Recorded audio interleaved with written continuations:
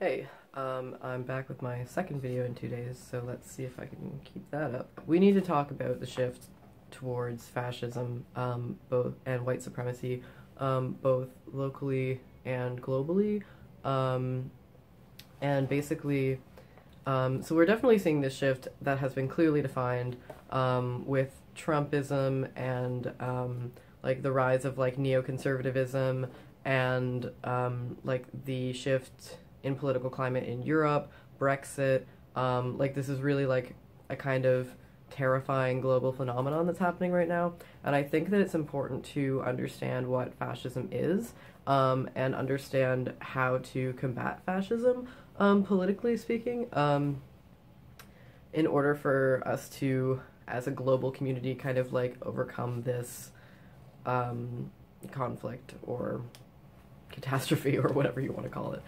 So the thing is that fascism has happened before, as we know, with Nazi Germany. But the thing is that this current rise of fascism is not Nazi Germany fascism. Like, it is some good old-fashioned all-American fascism. And I feel like people need to stop, like, holding them to the standards of Nazi Germany fascism when it was like the first rise of fascism and people did not know what it was. But the thing is that fascism is a concept that already exists in public consciousness now. Like, people know that word and have a negative association with it, if they're good people. And so, like, people don't want to, even if people are espousing fascist beliefs that are clearly defined and established as being fascist beliefs or fascist ideologies or political practices, they don't feel comfortable calling it that, and so they call themselves national capitalists or paleo-conservatives or alt-right, for example. And they, like, a few of them even feel comfortable enough calling themselves liberals or libertarians, while espousing clearly defined fascist ideologies. And so, like, if you walk like a fascist and talk like a fascist and hang out with fascists and defend fascist beliefs and associate with fascists and have been accused of being a fascist yourself, that's probably, like, that's probably something you should look into, and maybe pick up a history book, because, yeah, like, fascism is a very clearly defined set of political ideologies involving nationalism, the segregation of people by ethnicity, or culture, the, like, establishment of some sort of authoritarian government, that can enforce things like segregation. It's tied to white nationalism, and so many of these people who are saying, I'm not a fascist or I'm not a Nazi, are espousing beliefs that, of, like, race realism, like the idea that, race is defined genetically or biologically, and that there are basically unreconcilable differences, in culture or in personality or something like that, based on racial divides, which are completely socially constructed, and also, like, enforces other types of supremacy of different, like, types of people over others. And this, again, like, this is not Nazi Germany, so it's not going to look like that. And the thing is that because this is largely an Americanized phenomenon, it's not, like, it's going to focus on American issues. And I think that most people are aware that the primary targets of this, at least at first, are, like, Muslims. Because, like, ever since the war on terror was initiated in the United States, like, the rise of Islamophobic violence and sentiment and the mainstreaming of Islamophobic violence and sentiment, has been ramping up ever since that happened. And so this is kind of like people don't understand that this was, like, a trajectory that we were on, insofar as, like, discriminating and segregating people of a certain ethnicity or culture or religious belief. And, like, so, like, we need to really be focusing on Islamophobia as a symptom of like, the current rise of global fascism. But I wanted to continue talking about, the identifying as as a liberal or a libertarian, as someone who is espousing fascist beliefs. And honestly, like, I find that very disturbing as someone who is by definition myself a libertarian, because, like, it represents a shift in the Overton window. The Overton window is basically a concept that there's a specific window of political belief, and things that are in the middle are like policy, and things that are like closer to the middle are like the acceptable range of political opinions, and then things that are like outside that window are considered radical or unacceptable. And basically what has happened is that the Overton window, which does have a tendency to shift back and forth throughout history, has shifted so far to the right that that any genuinely leftist thought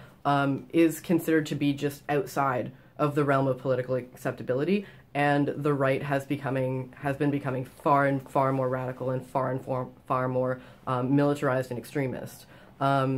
Basically, like, the situation in Canada right now is that over the past few years, the Liberal Party has shifted so far to, like, the right that the Liberal Party is now where the Conservative Party used to be, and the Conservative Party, which actually used to be two different Conservative parties, absorbed the farther right Conservative Party, and now is, like, conservative and right-wing to the point of extremism. With the example of, like, Kelly Leach and, like, other crypto-fascist,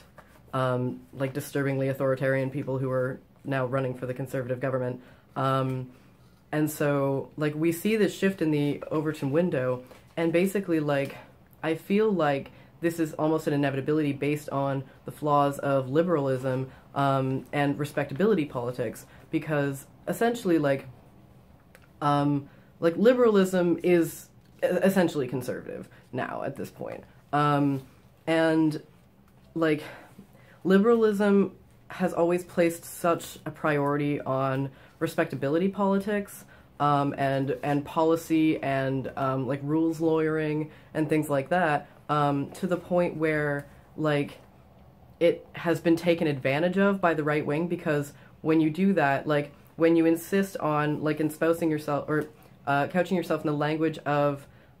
your opponent, and couching yourself in the institutions and the systems and the way of dress and the way of behavior and everything of your opponent, you on some level admit that your viewpoints are invalid, and that what you are or what you stand for is invalid, and that your opinions will only be tolerated in a context that is being defined by your opponent. The reason why anarchists and anti-fascists and people like that, like, are not putting on suits or debating people is because people are recognizing that the modes and the systems of conservatism do not permit for true liberation, and so they shouldn't be appealed to. And, like, we kind of, like, get to define our own normal. Like, I kind of refuse to, like, define myself in a way that I feel like is more appealing or more, like, acceptable to conservative values. And I've gotten a lot of criticism for that, because when I started doing more public activism, like, people were saying, like, oh, don't tell people you're poly, don't tell people you're intersex, don't tell people you're this, that, or the other thing. And I feel like when people who are conservative, because I've had quite a few, like, right-wing bloggers, like, writing hateful articles about me and stuff like that, and about actions that I've done, and when they see people, like, listing these things about themselves that are marginalized identities or things like that, they honestly interpret it as being some sort of, like contest that we're having, some sort of, like, oppression Olympics, and they don't understand that, like, what we're actually doing is saying, like, yes, I am this thing, like, yes, I am transgender, yes, I am non-binary, yes, I am queer, yes, I am intersex, yes, I am disabled, yes, I am mentally ill, yes, I am poor, and these things are okay to be. Like, I am a Gemini, and I'm a transsexual, and I'm not going to, like, hide those things about myself to make myself more appealing, because I don't feel like being any of those things makes any of my viewpoints any less valid, makes any of my contributions to society or anything about me less human than anyone else. And so I feel like it's important to take ownership of those identities and to talk about those identities, and to kind of, like, make this attempt to shift the acceptable political spectrum towards, like, what we are and what we want. Because, like, the only way to do that is to, you know, take ownership of yourself and take ownership of what you believe in and who you are, and be like, yeah, this is what I'm doing, and if you're not okay with it, then that's your problem, not mine, and I'm not going to change anything about myself to make this more palpable to you, because you should really, like, be, you know what I mean, learning to interact with me on my level rather than me doing that to you, because I've been doing that to you for ever, and it hasn't gotten anyone anywhere. So, like, I feel like there needs to be a real shift in attempting to espouse, like, true leftist beliefs and true, like, anti-fascist, anti-capitalist beliefs and praxis in a way that is, like, entirely independent of itself and not attempting to validate itself within the eyes of conservatism, because that's just not going to happen. And conservatism is also, like, an irrelevant political system, and within the current like literal climate, like, the world is dying. Like, we are in a climate crisis right now, as well as, like, a global crisis just with, like, war and starvation and running out of resources and like running out of energy, and people not being allowed to develop clean energy because capitalism places limitations on things that are actually useful if they're not, like, monetarily beneficial enough. Like, we are in a global crisis, and conservatism is not going to get us out of that, so we kind of need to move around it. Like there are other